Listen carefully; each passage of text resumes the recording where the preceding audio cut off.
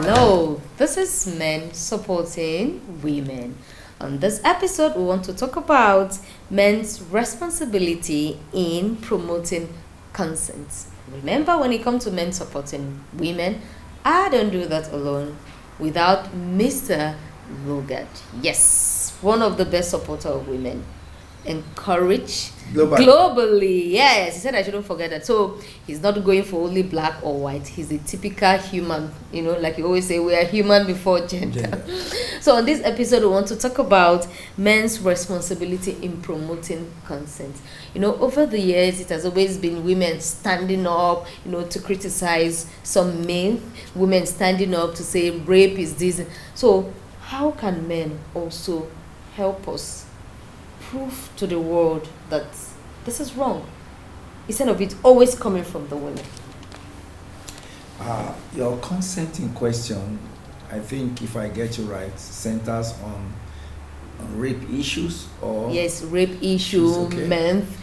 For example, those men that will say, okay, he's a man. He has the right to talk.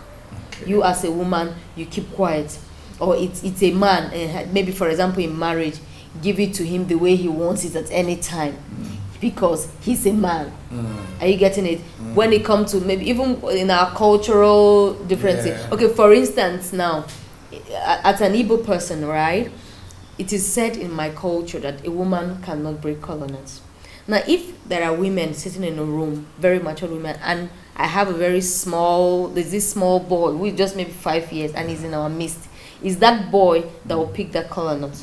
A woman cannot pick it up. Yeah. So despite he has his mother's age mate seated around, and even those older than the mother. So today we want to talk about how can men play that role of all those men, all those, I'm a man, you keep quiet. He's a man, give it to him whenever he wants it, because he's a man. So over the years, it's women that is always speaking up for themselves. How can men help in promoting this consent and erasing this myth? These are age-long traditions, and they've been existing before we were born.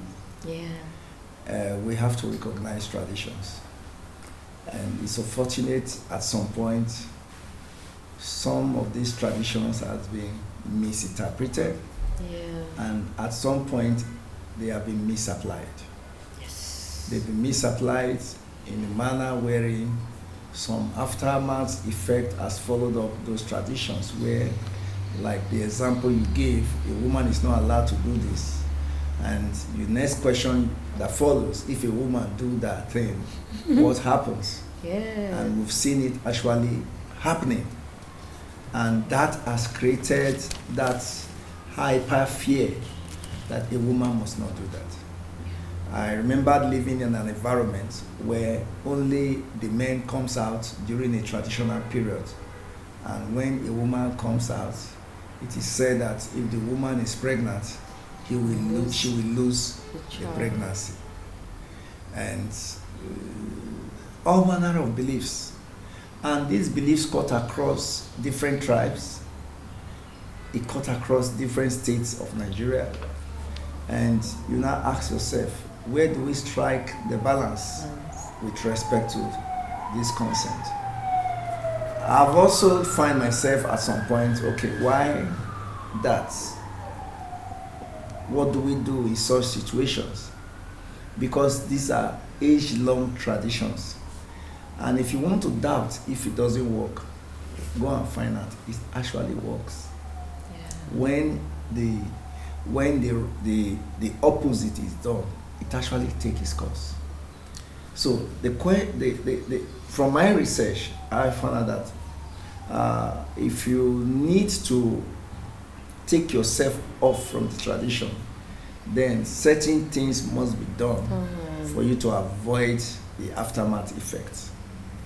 So the point I'm trying to make here is that these things have been so difficult for men to be able to change because they are age-long traditions and that have now gone far, far beyond the individual to an institution.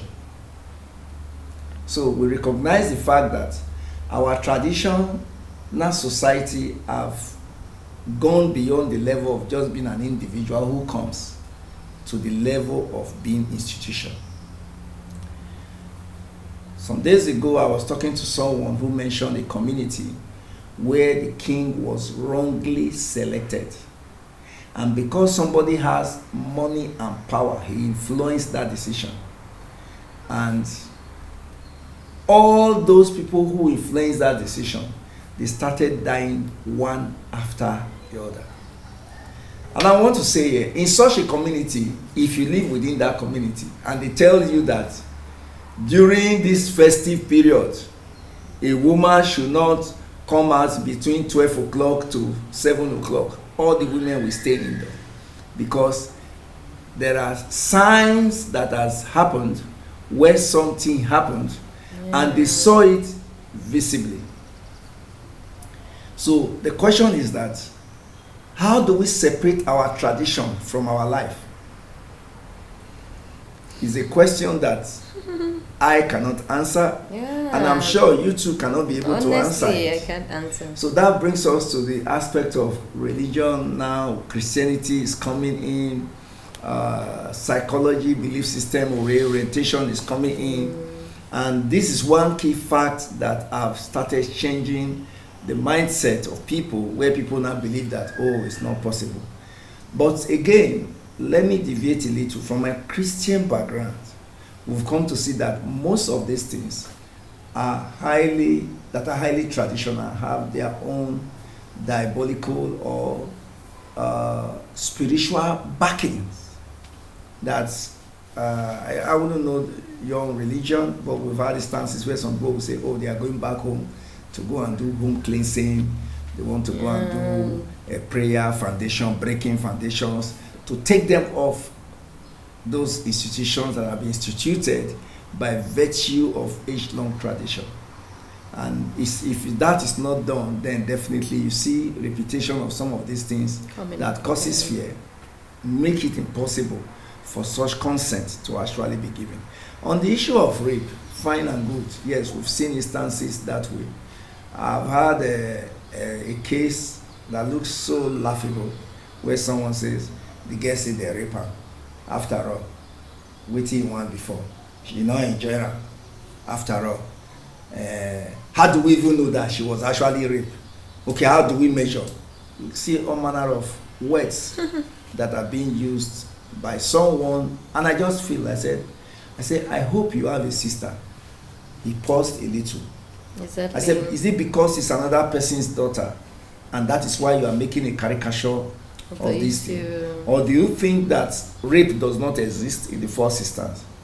And he begins to feel remorse about the way he was making his own comments as regard that issue. So on consent, we must be able to understand the fact that men talking to men will be able to address, just like the way I talk to that person. Yeah. Okay, how do we get that? Then you also need to also give the woman the fair hearing. Let's hear from her. Yeah. What happened?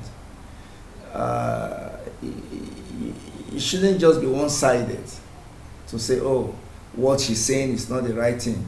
Yes, we've had instances where some people have been wrongly accused, no doubt about that.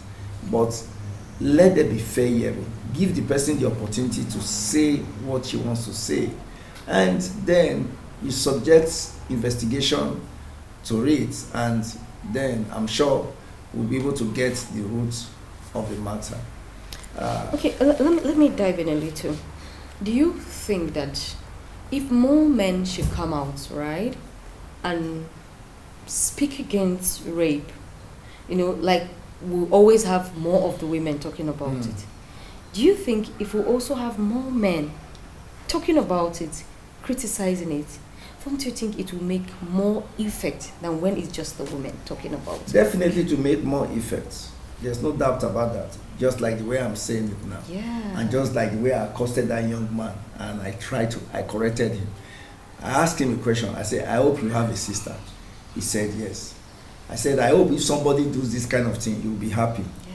He said, why will I compare with the sister? I said, this one, another man picking. So what is so special about your own? It can happen to anybody. Or do you think that when the lady was going out of her house, she already arranged that something like this will happen? Who says it cannot happen to any person? This happened out of emergency. It was unexpected, and now it has happened, and now you are making a caricature of this person. So we must get all the facts to place, so that for the men, the more the men talks about it, the more we begin to have reduction.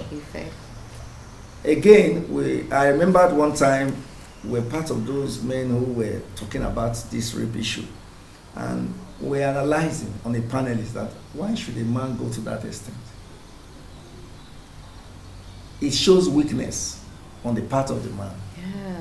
As a man, you can approach a lady. If he doesn't agree, there are many over. Sometimes you hear people, they say that fish, and I ask, I say, if it's that fish, that means there's plenty for inside river now. If this one don't get you cash well, go for another one. Why must you go to the level of raping? It shows that you are weak. As a person. Yes. And my co-panelist also said something. He said when you are even on a rape mission, something must be wrong upstairs you. Because if really you want to have an affair, which is affection, or you want to have a love affair, yeah, you should have. He said, let me use his word. He said, I don't know how you enjoy when you are forcefully trying to get pleasure. Yeah. He said, because if really you want to have pleasure, should be consent. So where consent is not achieved, you are not even satisfied at all. He said that man that goes to rape is even stupid. So that is why I said we need the men to speak out, because we the men that goes for, let me use the word, when a man wants to have an affair, there are certain things that the man wants to get as satisfaction. Yes. And that I can tell you, when a man goes on a rape adventure, the man doesn't get it. So if we have men on the panelist talks about this thing, then I'm sure more men will even begin to work on their side. Then we also have issues of drug. Some are under intoxication. So we can't take psychological effects out of it. Some men feels that when they are intoxicated, that's when they have the ability. Yeah, because they have low esteem, they cannot approach a woman. And because they can't approach, so they have to be under something, and they just have to be under something for them, for something to happen. So we need as men to speak out, to say, look, because you are women, we are men.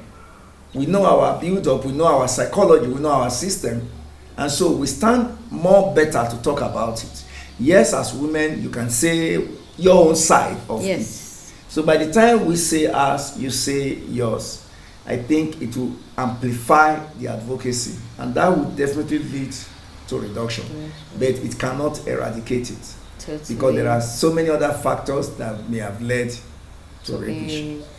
Thank you so much, Mr. Luga. Like you said, it might not eradicate everything totally, but I believe taking the right step will always take us to a better position. Thank you. We come to the end of this episode. Remember, it is men supporting women. Don't forget to subscribe. Thank you.